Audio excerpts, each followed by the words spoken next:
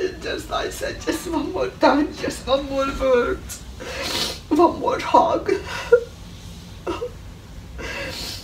But I'm so glad you're peaceful. You look very peaceful.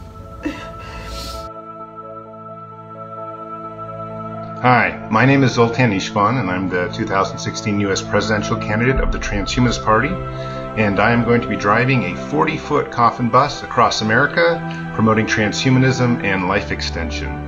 It's something that's going to work. It's something that's going to wake up America and get people thinking that perhaps we don't have to die. Perhaps we can use science and technology to overcome our biological mortality. The Immortality bus is a wild idea to traverse the United States, hopefully getting people to think about using science and technology to overcome aging, to overcome death, and to embrace transhumanism. Please support the Immortality bus. Please support my campaign, and let's hope this 40-foot coffin bus can turn into a big success and really get people thinking about how we can use science and technology better in our lives.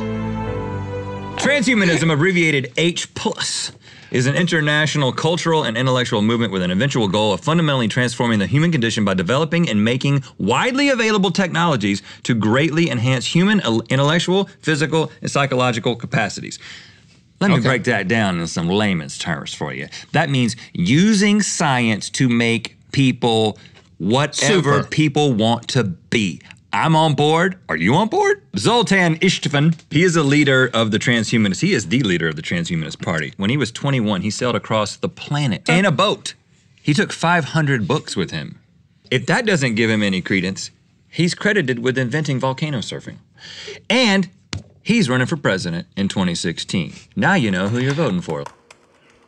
A typical transhumanist is somebody who has an interest in engineering and science and technology, and they naturally are kind of drawn to this movement of using science and technology to radically enhance themselves and become a far stronger species.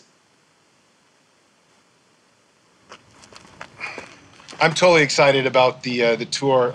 I'm excited that we have so many journalists embedding with us. I'm excited that we have a really great lineup of events. I'm excited about going across the country and seeing what people think.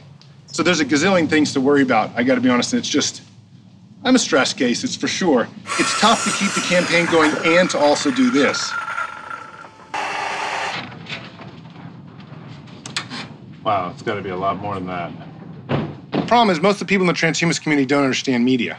They don't understand that we're too small of a community to actually get out there broadly in major media without doing something so provocative. It has to be provocative. So this has been part of the problem with transhumanism, is how do we spread transhumanism without doing something very provocative? Well, you probably really can't. So you have to do something like the coffin bus. And if you do it, well, I think you're going to get some attention. And that attention spreads transhumanism. Motion control. Mechano. Help. You are in main menu.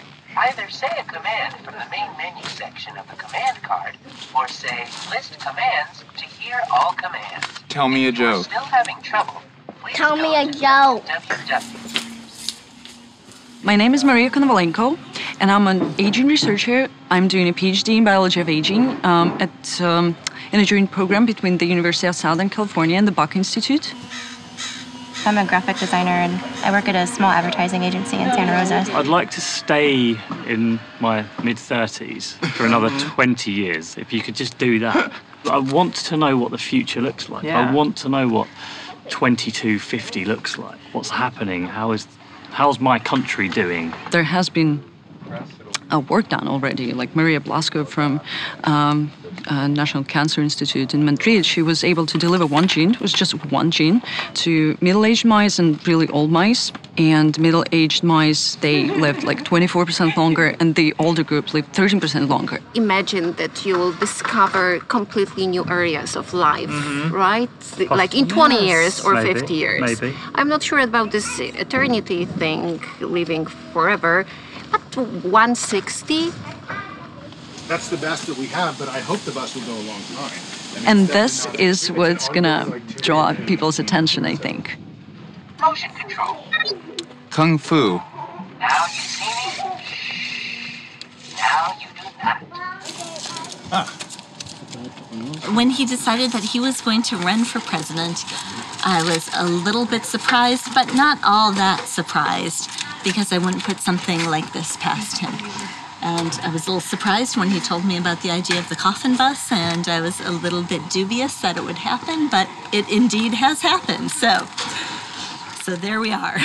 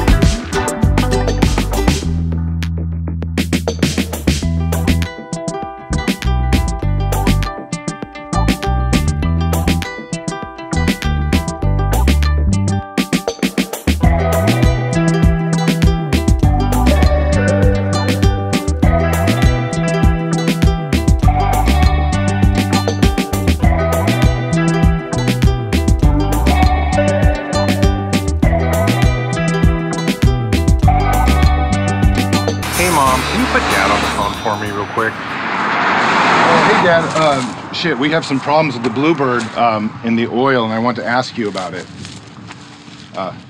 So we were driving, and all of a sudden I saw that the Bluebird was dripping a lot of oil, and then I opened up where the fuel filter was, and it looks like there was just filled with oil.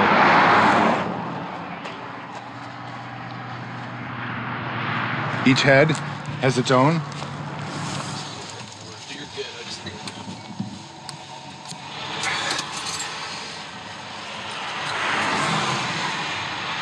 My experience leads me to believe that anything oil-related is a disaster. Maybe we can ask Jethro Knight's mechanoid out robot what to do.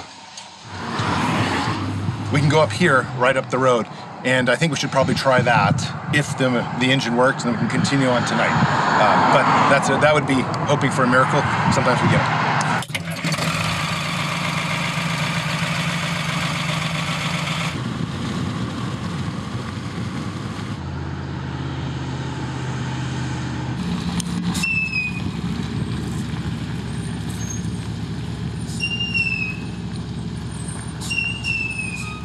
So we're into Hatch P at Jeffrey Tibbitt's house, which he converted this portion of it into a biohacking lab. Glad to see you, man. How you been? Been good. How you been? How was that drive?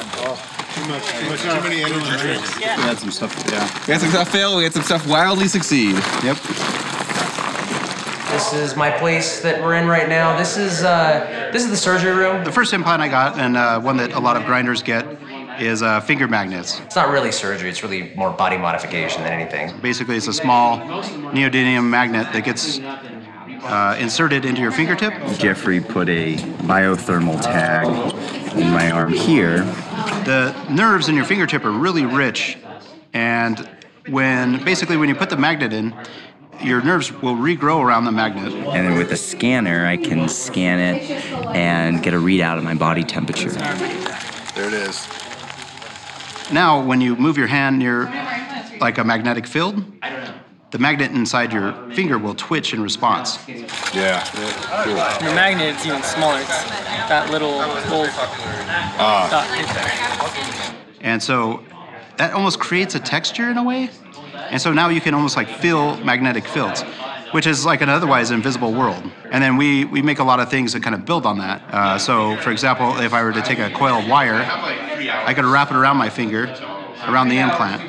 I could hook that up to other sensors, and now I can feel other things. Like say if I hooked it up to a heat sensor, I'd be able to feel heat at a distance or something like that.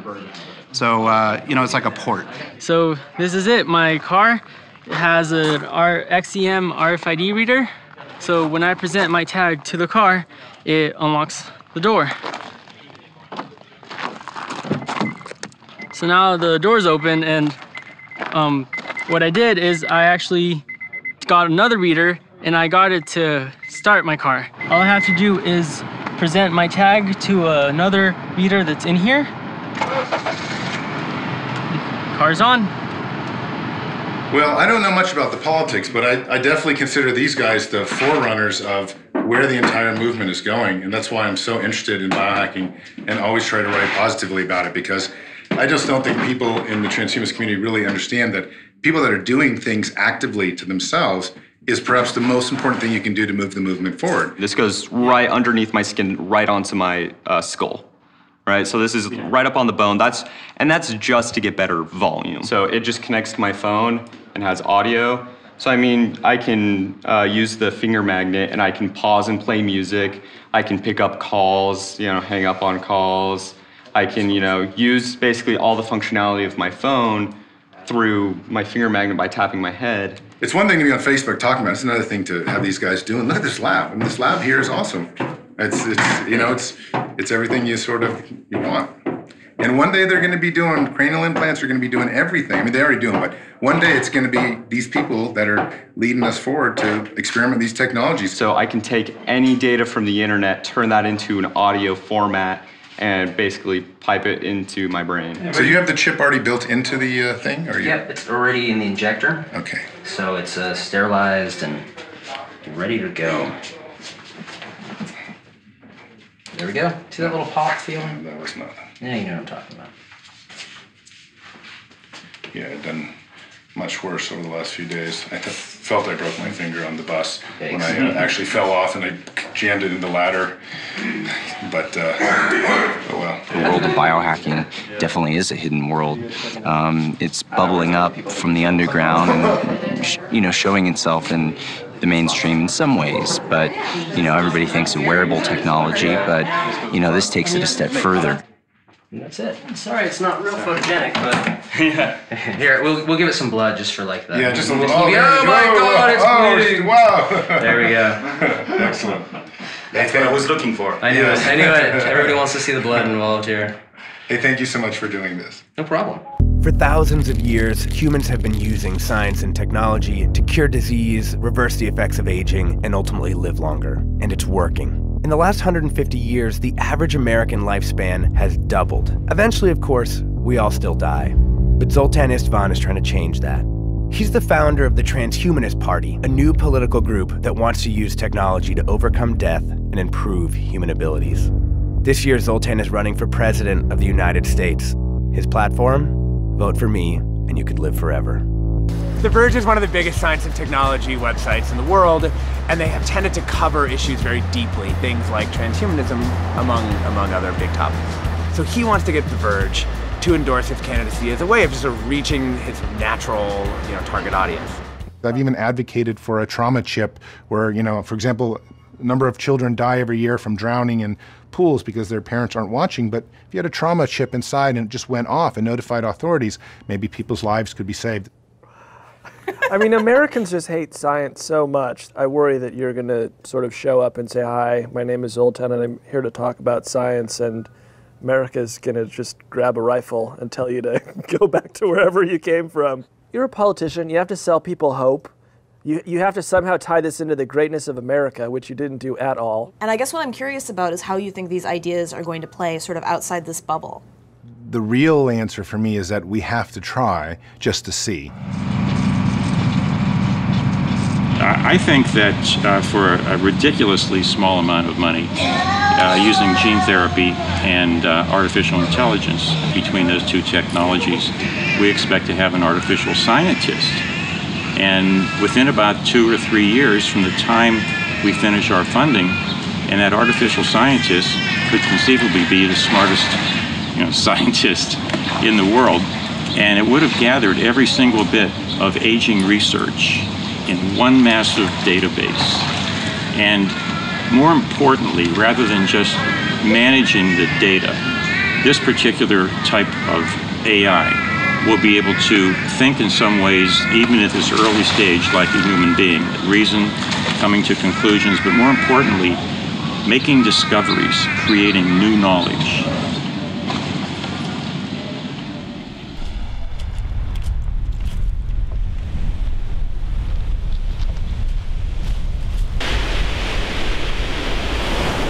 keeping civil order is much more important for the wealth of all the rich around America and in the world than causing civil strife. We don't want automation to lead to a dystopian society.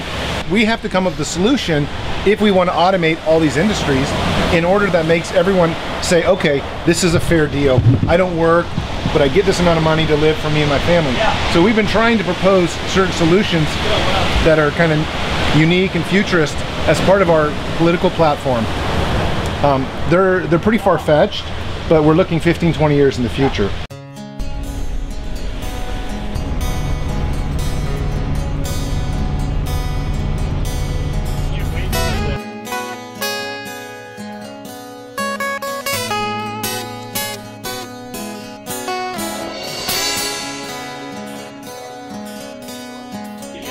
So please welcome Jim Stroll and Bernadine.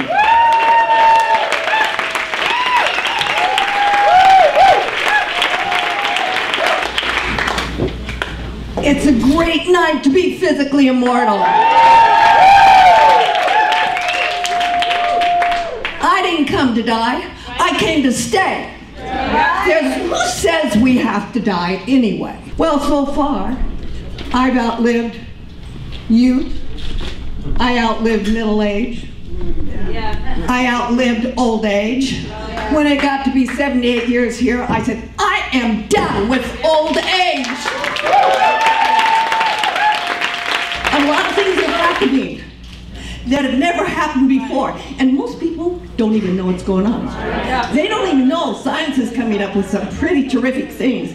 They don't know it. So important that we join together in this world with our many different belief systems about physical immortality and how it's going to happen. We need to join together. We have the same purpose and the same goal in mind. Let's go. Let's run. Let's do it together. Thank you. Thank you, Bertie. Wow, wow, wow. Fantastic. Oh, well, hello, everybody. It's great. It's always a great time to be alive. Okay, but this is a special time to be alive because there's opportunities. There's opportunities that the human race has never seen before. I'm very moved, I'm very touched. It's great to be with people who feel this way. It's great to meet people like Zoltan, who's going around to spread this good news about life, to help wake up the world to this new paradigm. When I first came in contact with anything about Zoltan, I read an article he wrote about the time he was in Vietnam. He's a journalist, for those who don't know, too, amongst the presidential candidate. But he's a journalist, and he wrote an article about being in Vietnam where he almost lost his life. He almost stepped in a landmine, and the guy jumped on him and knocked him down away from it. But he realized at that moment that he almost died, and he realized at that moment that life is the most important thing that there is. Because, I mean, I'm not really wanting to walk too much further if there's a lot of landmines. For me, the #1 killer in the world, and about a third of people in this room, if we don't do something about it, are going to die from, is cardiovascular disease. So the Transhumanist Party and my campaign emphasize again and again that we're looking for ways to eliminate heart disease. I have heart disease running in my family, so I take it very personally. My father has had 4 heart attacks. But this is, again, a great example of where technology is starting to take place. In France, there's a company called Carmat that has just installed their 2nd robotic heart in a patient. And this is not a heart that's designed to be a bridge to a transplant. This is a heart that is designed to live with until you die. It has Wi-Fi capabilities, it has recharge capabilities. They're working on other different capabilities of it. But the point of the story is we can defeat death through various means. But one of the most important means is finding the reasons we die, like heart disease, and coming up with ways that we can overcome it. Of course, you can do stem cells too, you can do 3D printed organs, but whatever it is, transhumanists are working on trying to conquer death and disease through things like this. And I really like the robotic heart. I often tell people that if you want to go to sleep with your phone, you can put your robotic heart at a lower beat. If you want to have crazy sex, you can boom it up. And if you want to run 2 marathons in a row, you can make it do that. So there are reasons that we would want bionic organs. Zolt and I met on Match.com. So I used to do a lot of traveling in my former days, in my younger years. And I think the thing that drew me to him is that he loved traveling, that he led the most fascinating life, and he was such an interesting person. And the fact that he was, with National Geographic for years and had traveled to more than 100 countries, I just felt like I had to meet him. You can go to the politicians all day long. I know that they have the money. We're just trying to change people's habits and change people's minds, and we're not going to win the election or anything like this. We're just slowly influencing people across the country and getting them to think a bit more scientifically oriented. You need to go to doctors continually, to sites where people are actually being helped. We are working with doctors, and there's an association of 26,000 of them that have just asked me to do an interview with them. So we are directly, and also my wife's an OB/GYN. So, awesome. So we are really working with medical professionals too. Absolutely. Hi. She looks happy. Raspberry face. I have iced coffee. I'm happy. Let's get the raspberries off your face. Half the battle is just being presentable, and if they see you with a kid and holding a child, it's hard to do wrong, and that's a reality. You can talk about crazy things. I can bring my crazy ideas to people and they'll accept them, but the more important part is that I have a good background that people can say, well, he could be our president, he could lead the country forward. The road to the White House is a strange one, and it's unlikely you'll ever meet a presidential candidate as strange as Zoltan Istvan. I think I'll definitely live indefinitely. The plan is to drive this sarcophagus on wheels to Washington, D.C., and convince the White House as well as Congress to invest more money into immortality research. We want to start our own reformation in America where the government will mandate that life extension science is now a policy. But before he and his volunteers, Kyle and Rowan Horn, get to the nation's capital, they toured Alcor this afternoon. This is the Scottsdale company known for freezing the dead in these metal tubes until science can bring them back to life. It's the type of technology in which Istvan and his staffers believe government should be investing. Oh, it is very science fiction.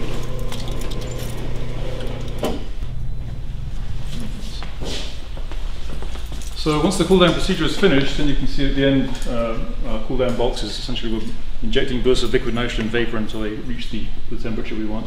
We'll then open up the roof and use a hoist to lift up the patient who's enclosed in one of these aluminum pods. So basically, that's to protect them. So they're in a sleeping bag, they're in an aluminum pod, and then lifted up and placed into these Bigfoot dewars, which are essentially gigantic thermos flasks, very expensive thermos flasks. So each one of these, because it's a vacuum, really it's not cold on the outside, it's extremely cold inside. Inside, see the aluminum pods here, there were 4 whole body patients.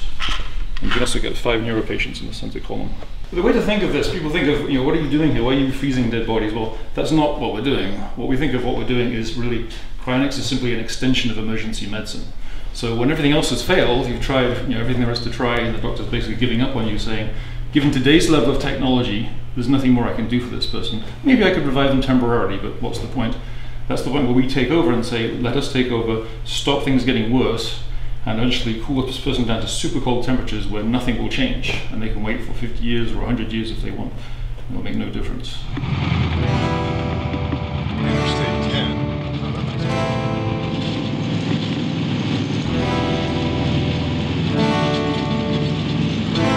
Mark. How you doing? Good, how are you, man? Sorry about the confusion. Oh, no, it was perfect, Hey, perfect. how you doing? How you been? Good to see you.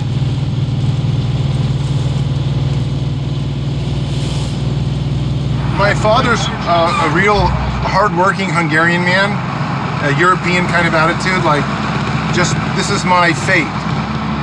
And it is what it is. Whereas I don't think that. I don't think anything about fate. I have no respect for fate.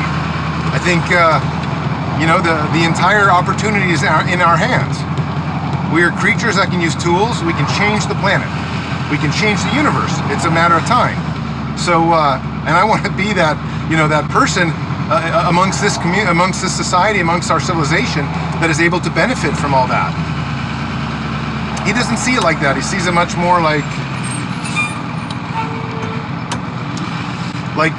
there's not much he can do. And truthfully, there's really not much the doctors can do for him anymore.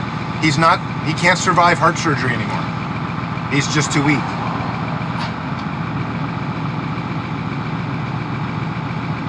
dripping from here, but, well, it seems like it's dripping from there.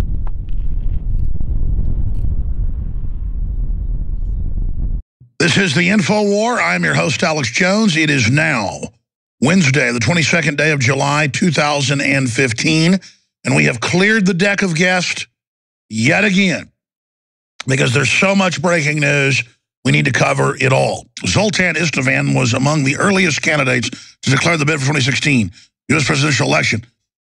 So these are kind of like the porch masons. They're not on the inside, but they know what's going on, and they want access to what the establishment is building in its giant New World Order plan that's about 100 times bigger than the Manhattan Project. Get some, we got wrinkles, but we don't have time to deal with them. So we're doing the quick method.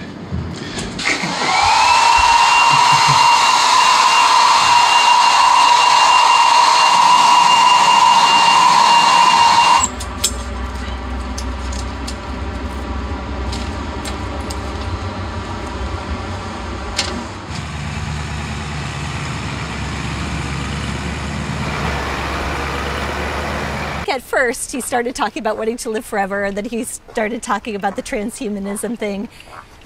And I was incredibly skeptical, as I still somewhat am. Even though I'm skeptical, I'm supportive. I mean, technology is definitely advancing at amazing speeds. And who knows, who knows what could happen in our lifetime.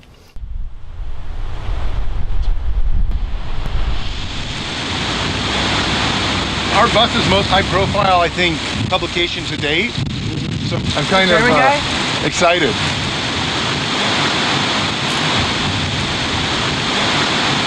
Hello, Pete. Hi. What a place to find us. Good to meet you. Very good to meet you. Hi.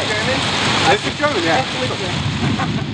The book, The Transhumanist Wager, starts with the first 3 laws of transhumanism, which have been very controversial because they bring up a very aggressive stance. But the very first law is that you must always fight to preserve your existence, even if it means having to sacrifice the life of your wife or your children or something like that. Now, again, it's not necessarily my philosophy, but I put out that book as a means to challenge other people with how far would you actually go to do that? Would you start a nuclear war? Would you eliminate every other person on the planet to preserve your life? I sort of built the first law and the second and third law around an artificial intelligence, thinking, how would a machine think? And an artificial intelligence may not value or have a million feelings like we have. So it might just say, well, yes, I want to preserve my existence at all costs. The second law is to try to strive to become all-powerful. And all the laws work off each other. The first law you pursue, the second law you pursue as long as the first law is accomplished. And the third law is to protect humanity and the rest of the universe. But you can only do that after and perfect strength and preserve your life. And that's where the whole transhumanist community got very good. For example, the 3 laws of transhumanism were on Wikipedia, and then they were taken off Wikipedia. And then they were on Wikipedia. Like, people are attacking it because they feel it's doing damage to the movement. I went through the 3 laws like over years of work, and I rewrote them 200 times before I actually put them in place.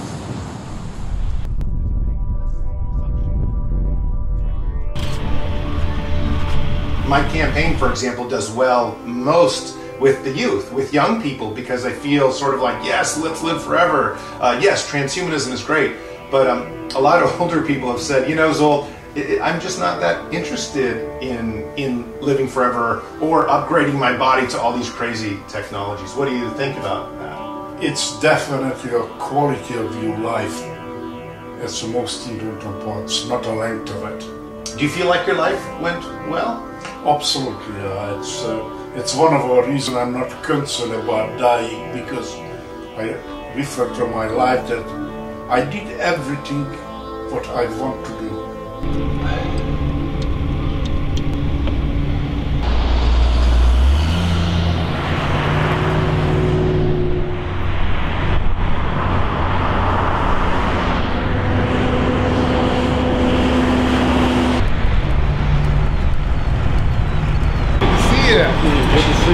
did? Great. Oh, cool. Hip-hop is the consciousness that creates rap. To me, hip-hop is transhumanism. There's no difference. I don't even need two words to describe them. I could just say hip-hop. You should already know that that's transhumanism. When you look at the history of the United States and you understand what it took for them to create the United States, I feel like hip-hop can do the same thing for the scientists. That we can aid the scientists in age reversal. I always overpack, by the way. I don't know why.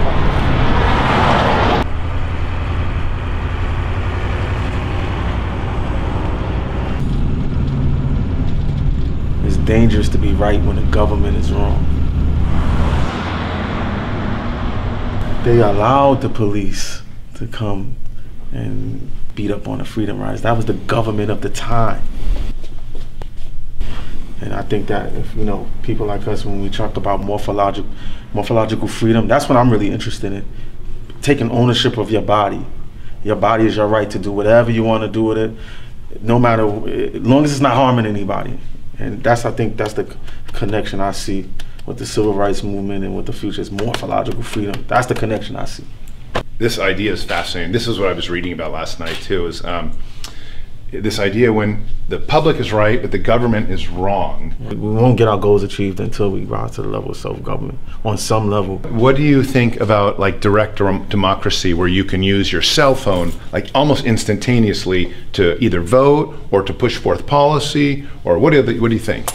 To be able to use the technology to accurately count votes, that will be a challenge, because there's even beyond technology, we still haven't rooted out our lower natures. Like we still have these, to me racism should be termed a mental disease, a mental disorder, just like aging should be termed a disease. They both should be. And if we had our own city-state, that's what we should have.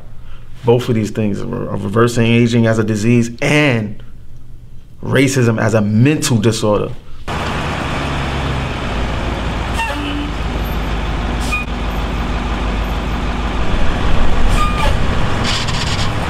Church of Perpetual Life is the first transhumanist church of its kind, the first brick and mortar transhumanist church in the world. It's a church that unifies, I hope, transhumanists across the planet. A person who's a transhumanist wishes for extremely long life, and with that extreme long and healthy life would come extreme happiness, a great deal of joy and love and happiness. We will have a presentation, a service, an event where people can come and learn all about the studies of transhumanism and the studies of perpetual life, indefinite lifespans. The purpose is to accelerate the Creator's plan for mankind, to enable human beings to bypass nature, to accelerate technology that will result in humans merging into an environment of perpetual life, perpetual abundance. And as Zoltan stated about transhumanism, our church is all for any technology that will enable human beings to escape the confines of nature. If we put our resources into science, if we put our energy into it, I promise you that within 10 years, if the planet gathered together as a whole, we could absolutely change fundamentally the landscape of medicine. I think technology will make it so our lives are healthier, better, and safer. And I'm hopeful that eventually it will also make us less mean and less hostile towards our fellow neighbors. Thank you everyone for answering questions and stuff. Cure aging a model, sipping wine out the bottle, trying to bury my sorrow. FDA is so hollow, trying to kill my tomorrows, having visions like a scientist, feared by biolutes and theists. Maitreya 1, what you represent? Super intelligence, soon emerge with artificial intelligence. Who wanna live forever? My album cover read the tombstone, died never. A hip hop, I'll be the great who raps in bow ties. I'm trying to double my lifespan like Michael Rose did to fruit flies. Or wake up in vanilla sky, evolve or die. We in a race against time. We gotta build that time ship before we flatline. I do this for patience, I'm stand by. I think he actually wrote a note to himself and put it on the refrigerator door. And I think that was actually to remind him not to have too much of a midnight snack because he was trying to lose weight. So he said, he wrote this note to himself saying, I am going to run for president. And he taped it up on the kitchen, on the refrigerator door. And I'm like, what is this? I wake up the next morning, what is this? You want to run for president? He's like, yeah. Don't you think it's brilliant? Don't you think I'd be a great president? He's like, I am going to run for president. I hope to be the nominee, and if I am, I would choose somebody, or I'm going to try and choose somebody that. Do you have any hints? Arguably, do you have any hints for us on who it might be? Who you could consider? Well, you know, names that float around that are prominent, that are well known. Ron Paul. That might bring gravitas to a vice presidential debate. You know, I'm saying this humorously, but Jennifer Aniston is a wow. Is a libertarian. Yeah, how about her? She would be amazing.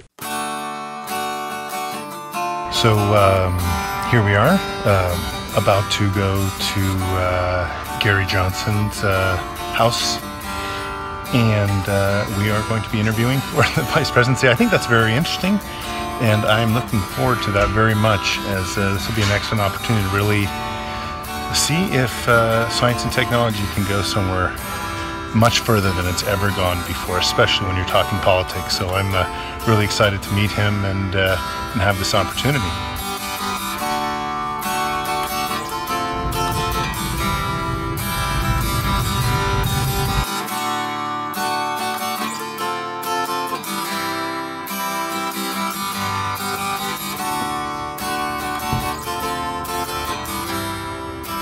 So I just left Gary Johnson's house and was there for 24 hours. Just him and I talking and hanging out and playing pool, and he made me dinner. He's a gentleman through and through, and we had a lot of great conversations. Unfortunately, I generally don't think that he wants me as his vice presidential candidate.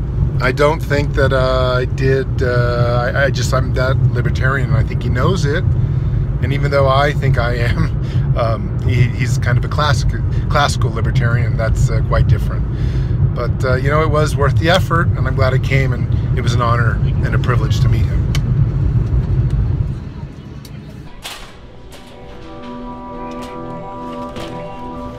Do you think that if you could live another 5 or 10 years, they might be able to fix some of the things that are wrong with you right now? Like especially the heart and stuff like that, maybe a robotic heart, or is that still 20, 30 years out? I would say that parts of it, like a heart, lung, able to fix up, I could change it. Unfortunately, the biggest problem is plumbing. As far as I know, we have 60,000 blood vessels in our body, and if those plugged up, I can't see how they could fix up in short time. I think it's going to take a long time to find some kind of a solution in our blood that makes sure there's unplugged whatever they plugged. And my problem is that most of them is plugged.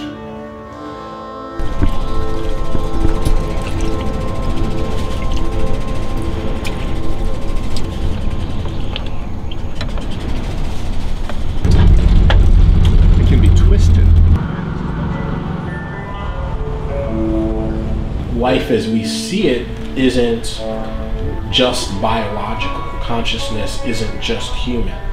And so TerraStem is much more open than just to say, you know, one sect of humanity, one group of people, one body of consciousness. It encompasses everybody, everything. And so it's a trans religion, not a religion. We're so grateful to be in this learning experience and to break bread in our togetherness with Gabriel and Zoltan and the rest. Amen. Welcome everybody to enjoy this experience both physically with us and digitally for the future, for Immortality. Thank you, those of you who have come to help document this experience to share with generations in the future to come. Thank you for everybody who continues to help us educate and discuss these ideas. And without any further ado, let's eat. Yeah, let's eat. I think everybody has their individual life circumstances, their perspective that they got from where they were.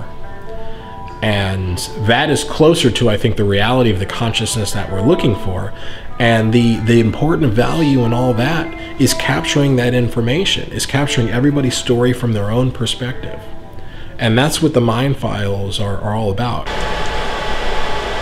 Can you get one photo of me? Just, I'll ask Anthony to do it.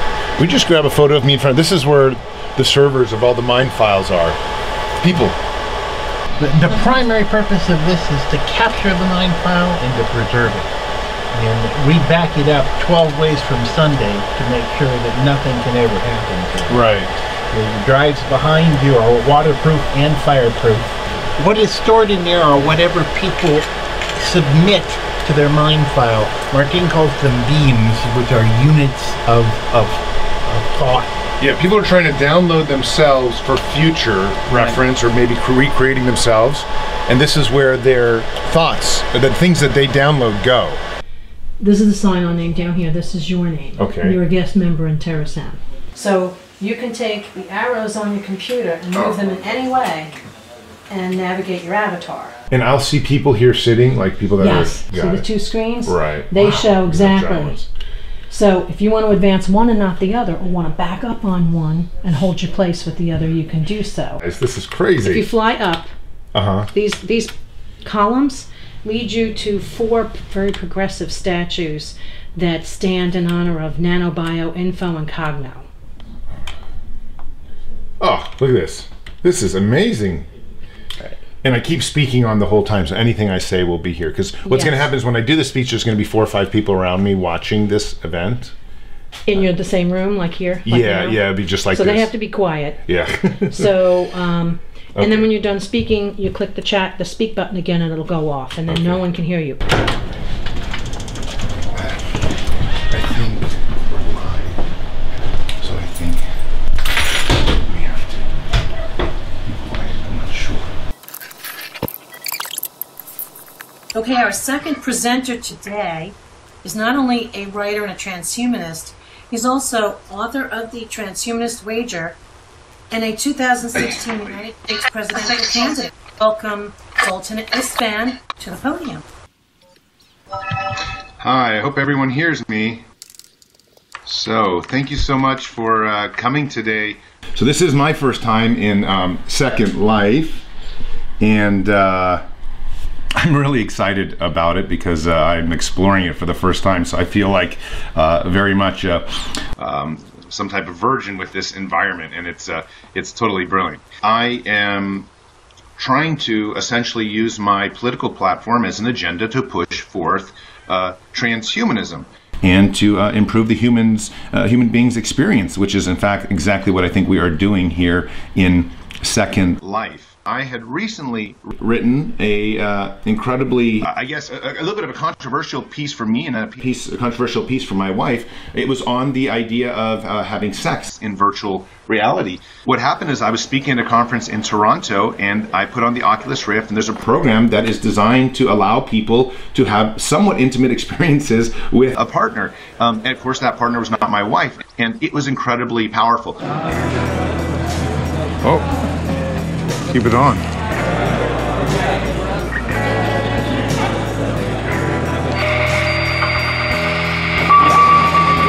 That feel weird? Wow.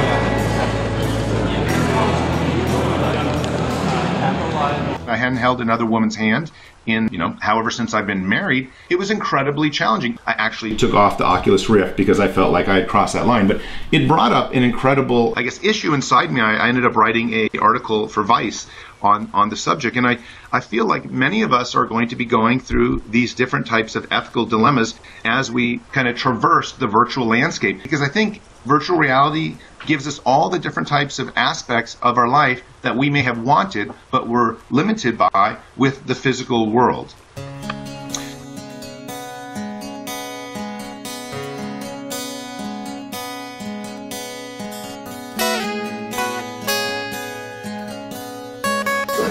project is applying the methods of science to the way we live, to the social system. People are beginning to realize that this system is not working, it's not meeting their needs, and the politicians aren't solving the problems. And as more and more people are displaced from their work because of automation, then that would be the end of the free enterprise system, because people won't have the money to buy the goods turned out. Jacques' been working, he's 100 years old now, he's been working since he was actually 13 on what system can we use to put in its place. One of the main mechanisms that set the value system, and does the value system correspond with the real world? And if it doesn't, we have to undo it. Within the Venus Project, the bottom line is the well-being of people and the protection of the environment. That's quite different. To be or not to be, that is the question. Whether it is nobler in the mind to suffer the slings and arrows of outrageous fortune, or to take arms against a sea of troubles, and by opposing, end them. This is very appropriate. It is. The shades are nice. To sleep, to dream. Aye, there's the rub. For in that sleep of death, what dreams may come, when we have shuffled off this mortal coil, must give us pause. Aye, therein lies the problem. And it goes on and on. The ending is perfect. Thus conscience does make cowards of us all. And thus the native hue of disposition is sicklied o'er with the pale cast of thought, and enterprises of great pitch and moment.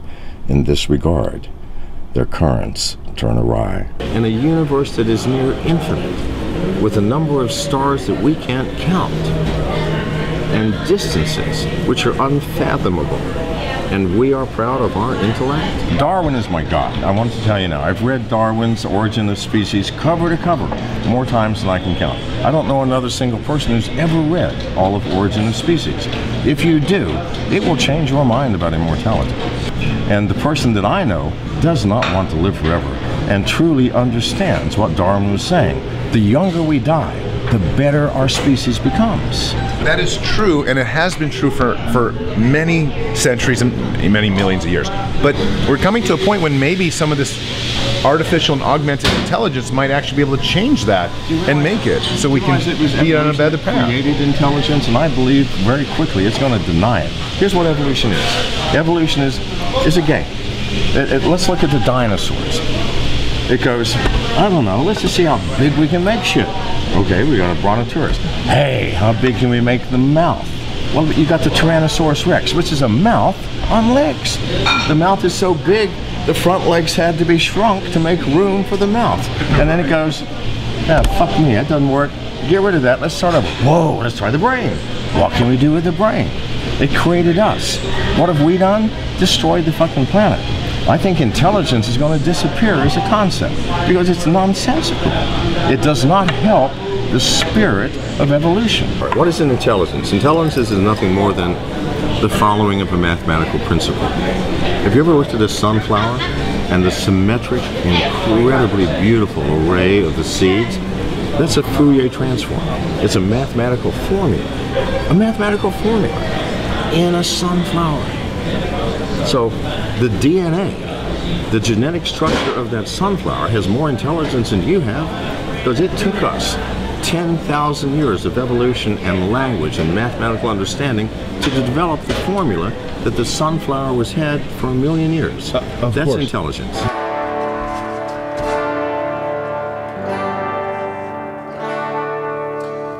Mom, do you enjoy seeing your grandchildren?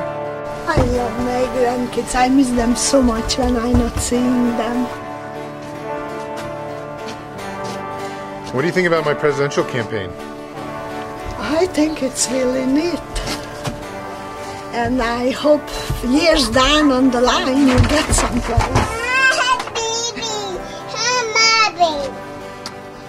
And what do you think about Abbatsi's increasingly failing health? Well, I'm really sad about that, and I'm hoping, I was hoping maybe some major change could happen. Since you're so into this transhumanism, I'm really hoping by maybe my time I'm able to live longer. It's okay. Yeah, it's funny. I wanted to be a scientist when I was 4 or 5 years old. That's what I remember, playing with the chemistry kits. I grew up as a Catholic, went to Catholic school for 4 years, and I think that definitely scarred me. You know, people want power and they use these political philosophies as a means to power. You know, power corrupts, let's just be honest. As long as we're mammals, that's what's going to happen. So perhaps as transhumanists, that won't happen. Your piece mentioned that because there is a winner-takes-all set of characteristics associated typically with the rise of AI, you as a president, because the current, I would say, structuring of the international community is not strong enough at the moment to provide for a global policy framework to share AI, would say, look, we'll move towards it, I'll invest towards it, and it's winner takes all for the US. I know that article very well. It was certainly one of my most popular articles actually in the last year. And it spawned a whole bunch of people discussing it because it was one of the very first times people thought, oh wow, this is the implications of a global AI arms race. And the only thing we could compare it to is sort of like a nuclear arms race. But it's quite different because in a nuclear war, there ultimately are survivors and there ultimately are different types of circumstances where with AI, you win forever. Because the AI can constantly make it so no other AI can emerge. Some consulting with the Navy and with the military, I've been doing consulting with them, and they're not willing to discuss this specific subject. And the reason they don't discuss is exactly what you pointed out, which is this is too important. Greetings, world. We are anonymous. We are legion. We do not forgive. We do not forget. Expect us. People are attempting to alter their bodies because they don't feel like they are who they really are, or they don't feel like they're good enough. How does that correlate with what we were taught years ago as loving ourselves and being proud of ourselves as well? Well, you know, I just, in all honesty, transhumanists, I think the most important thing to understand about transhumanism is we don't really believe in that word natural or whatever we've been taught to be natural. You know, we want to upgrade ourselves to become different types of species. We want to use genetic technologies to sort of create the Star Wars world.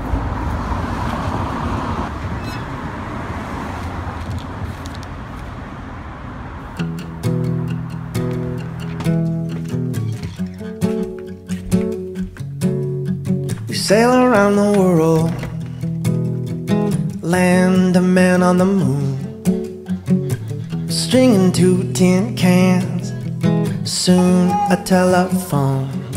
It's not light years away. It just so happens every day. If we could be so clever, who knows what's left to discover? If time was of no matter, then we might live forever. Then we might live forever. Then we might live forever.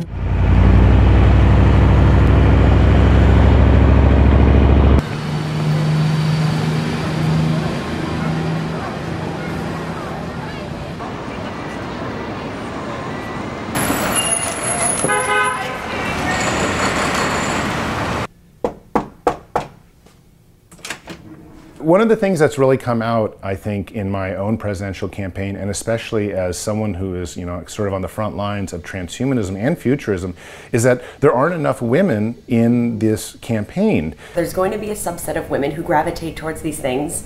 They're the technophiles, where they're like, this is so cool, this is unbelievable. Like you talk about reproduction, like artificial wombs, that could be game-changing for so many women. But again, it can also be a very scary thought. And there's so much trepidation out there, I think, around technology and it getting into the wrong hands. We hear so much about hacking and cybersecurity that I also think it's going to be met with trepidation. And in the futurist field, we love this stuff. Right. But we also have to think about what the public is going to gravitate to, and they might be scared by some of these things. Artificial wombs is very scary because you're thinking about, well, does that take out the whole idea of the feminine role on planet Earth? It's like, what are the technologies that are going to make their children, eventually their grandchildren and great-grandchildren, better, stronger, live longer, healthier, all of those things. So I think that's part of that emotional message. It's not just about them, but the impact these hugely disruptive technologies could have on their familial line going generations, and how impactful that is going to be. First, let me say that I used to love transhumanism. I wrote about it a lot going back to actually the early 80s. I saw this as a kind of science fiction, really, thought experiments that were entertaining and fun, not to be taken too seriously. What's happened over the last 20 years or so is that there have been some very powerful people, some really smart people. For example, the founders of Google and the chief technology officer of Google, Ray Kurzweil, who are telling us that this is all going to happen really soon. We're going to become immortal, computers are going to become super intelligent, they're going to be the new species, they're going to take over, and all kinds of crazy things are going to happen. We're going to create a kind of heaven and earth. Immortality, we're going to become these godlike beings. And the problem I have with that is that we're at this really difficult period in science when scientists are trying to convince the public about the seriousness of global warming and convince them that vaccines are safe and that evolution is a legitimate theory. And so when there are scientists who are espousing what really is kind of like a sci-tech cult, science and technology creating this paradise on Earth, I don't think it's good for the reputation of science. I actually think it's harming the credibility of science at a time when it really can't afford to have its credibility. That's one of my concerns. No, and you know, I get the brunt of that criticism a lot. I mean, a lot of people say, you know, Zoltan's out there cheerleading for science and it's hurting the real technical side of things. I totally understand that perspective. On the other hand, though, we have a system where, in America at least, we live in a military-industrial complex, and I don't see that as a good thing. I would like to see all those resources. I mean, we spend 20% of the federal budget basically on making bombs and defense and things like that, and just less than 2% on science and medical research. We think that number is crazy, and so my main goal is to popularize science in a very common way to the common person, so that they get excited about it. Like I want celebrity scientists. You know, I want people out there that make science as cool as football. What are some of your thoughts on dying? Like, I mean, you're not a religious person, so what do you think happens, or what do you generally think about death? Well, you know, when you're not physically not your best, or not even close to it, it's sometimes almost like it's a solution to the problem rather than worry about it. So I'm not afraid of dying at all. Transhumanist and presidential candidate, as he refers to himself as, Zoltan Istvan, says, I couldn't help but wonder if I really had to wait an hour in plus line, since no atheist, so far as I could discover, has ever been accused of bombing or hijacking a plane. All right, that sounds good. Atheists aren't attracted to terrorism since they're too level-headed to believe that they know all the answers to the universe. Wow, you know what? He said they should just give a quick check. They should just say, I'm an atheist, and be let right through onto I don't the plane. believe God's the problem. I would have a lot more faith in democracy if I showed up at this convention and saw some Hillary supporters here. I'm sorry. There's none. Hell no, DNC, we won't vote for Hillary. Hell no, DNC, we won't vote for Hillary. Hell no, DNC, we won't vote for Hillary. Hell no, DNC, we won't vote for Hillary. How do you pronounce your name again? Saga. Do you want? I have a shirt for you if you want one. I'll wear it. Yeah, cool. Tell you best, we Official street preachers. Law and order. So what do you guys think of transhumanism?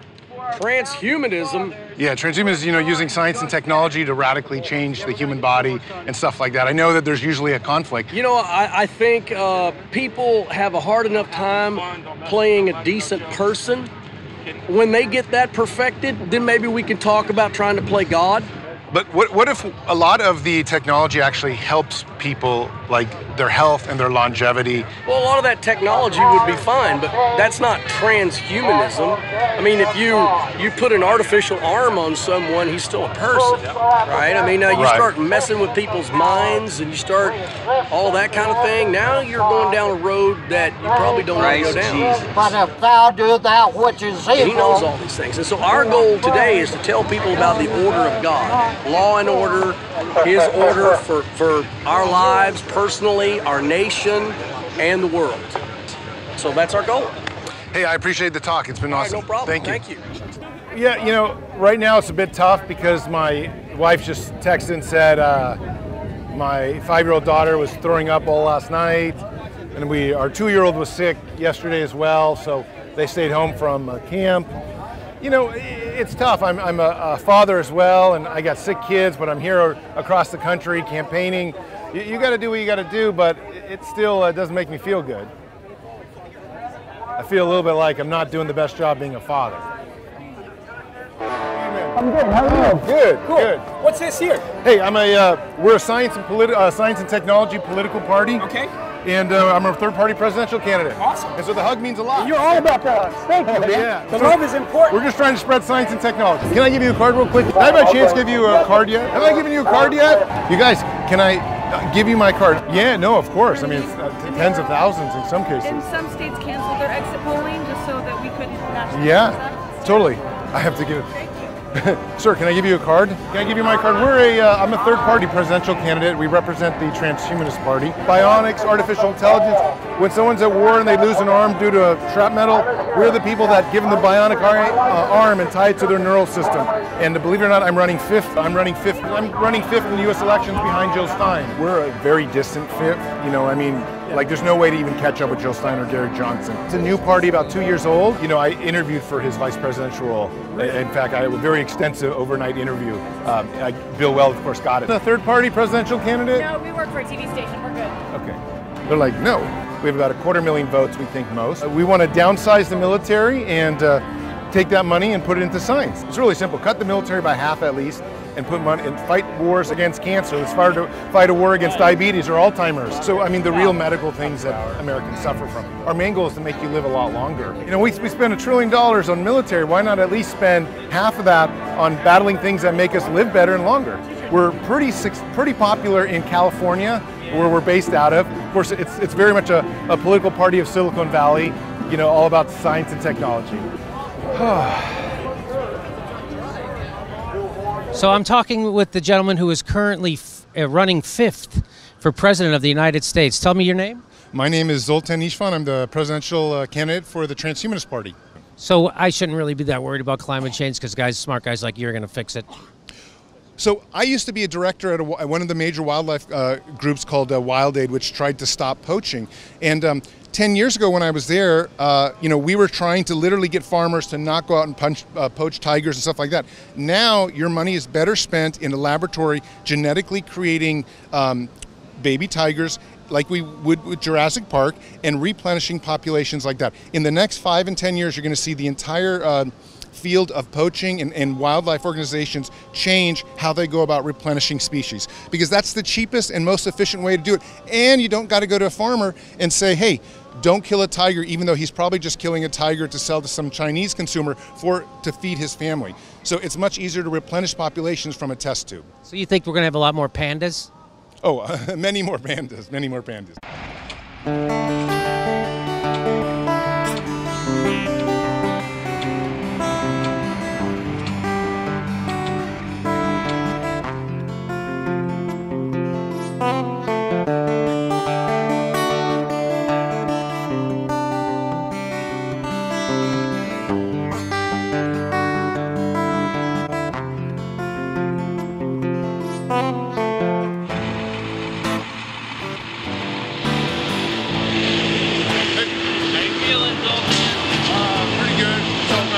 so far, but you know, a little nervous. We're almost there.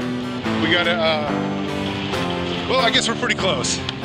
So everyone, I've come here to the U.S. Capitol building to post a transhumanist Bill of Rights upon the U.S. Capitol building.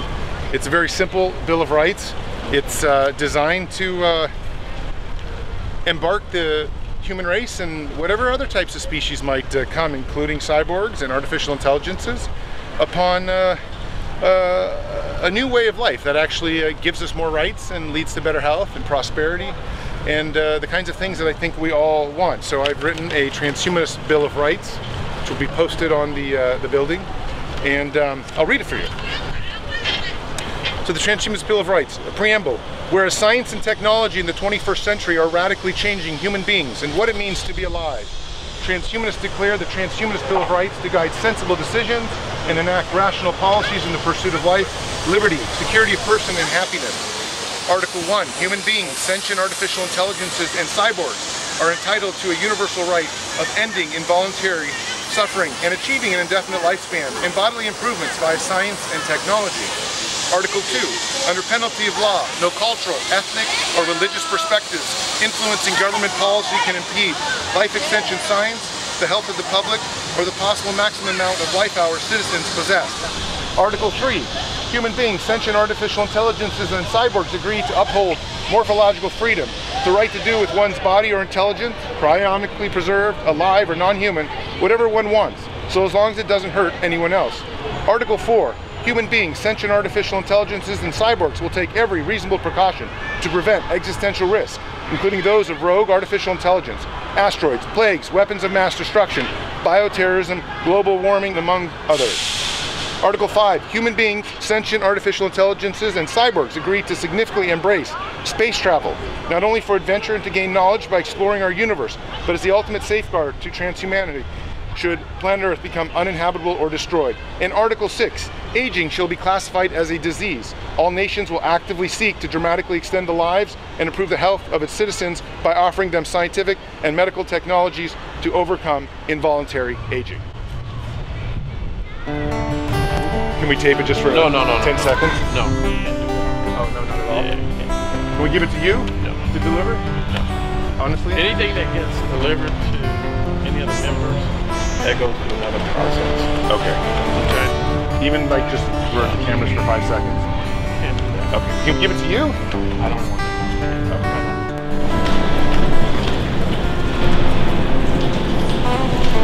Hi. I'm sorry, no videography or photography in the front office. Oh, none whatsoever? None whatsoever. Okay. So, is this how we officially do it? Is there any way to... I'll make sure to get it to the person that's most responsible for this, whatever this legislative issues. I haven't had a chance to look at it. Okay. But I'll make sure to get it to the senator and the person that's most responsible for this issue area. Okay, great. Thank you so much. So, thank you all for coming. I think our trip is officially over. So,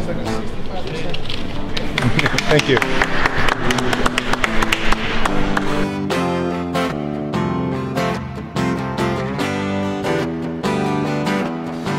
This is yours. Obviously, this is your ballot. And we'll look through them and just make sure it's all well. And then we'll start writing our names in, and I'll drop it off at the drop box later.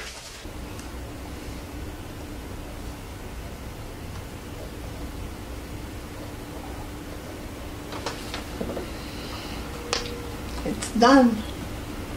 I voted for my son to be a president. So I'm about to go vote for myself, and I'm pretty excited. You know, after 731 days, I have put in a lot of hard work to try to run for the U.S. presidency, and it's turned out magnificent. I mean, the movement has changed under this campaign. Transhumanism, we've pushed forward for life extension. It's just been an honor to have it turn out as strong and as popular as it did. I'm pretty excited, and I'm happy to do my voting. So here we are at the voting box, and pretty exciting. Been a long thing, a long 2 years. So I still think he has in his head that he would really like to be president. And I wouldn't put it past him. So as you know, I grew up in a Bluebird motorhome, the one that you had. Not grew up in it, but we went camping on it every weekend and on swim meets and everything else. It was wonderful. And then for, of course, my campaign bus, I got a Bluebird motorhome almost the same age and converted into a giant coffin and drove it across the country, calling it the Immortality bus, which got a lot of attention. What did you think when I mean, you helped me pick out the bus. What did you think when I converted it? I kind of didn't quite see it, how they're gonna look like while you finish converting it, but it does reassemble a coffin, that's for sure. And you picked up a right kind of vehicle for that purpose, because being kind of coffin looking to begin with. I got the very sad news this morning that my dad died sometime in the night, and I'm driving up to Oregon right now to go and see the body and to also go take care of my mom. The last time I saw my dad is when he, about 5-6 months ago, when he voted for me for the U.S. presidency in 2016. So, you know, that was the last time I saw him. We've always had a great relationship, and I'm going to miss him a lot, and it really hasn't hit me that he's gone. I saw a picture of him already dead, but I'm going to go visit his body tomorrow and really say my final goodbyes.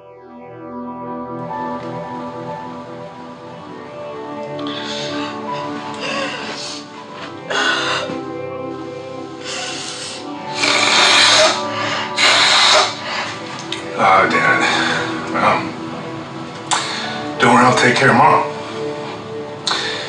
I came up right away, and she'll be with us from now on. It'll be fine. Thank you. You did a great job with me. I'm very appreciative. You did a great job. I'm very proud of you.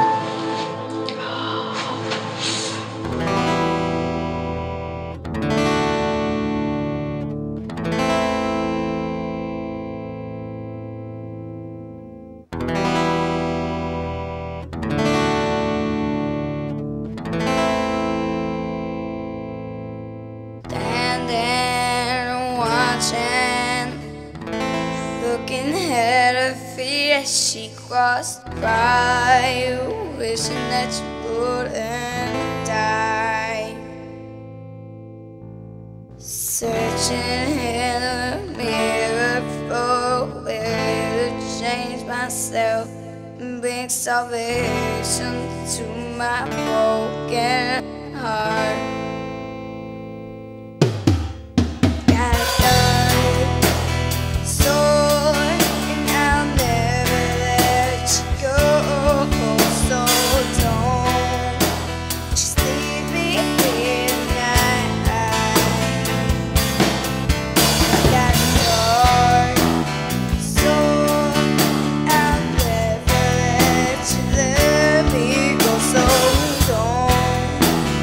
Leave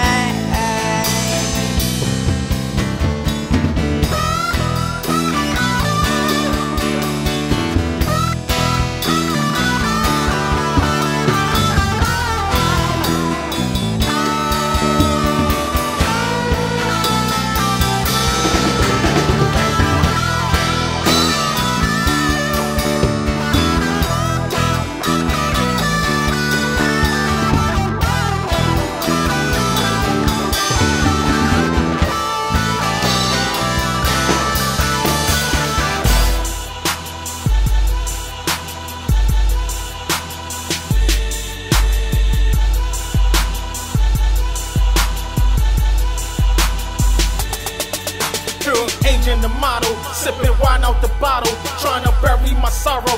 FDA is so hollow, trying to kill my tomorrows. Having visions, I'm a scientist.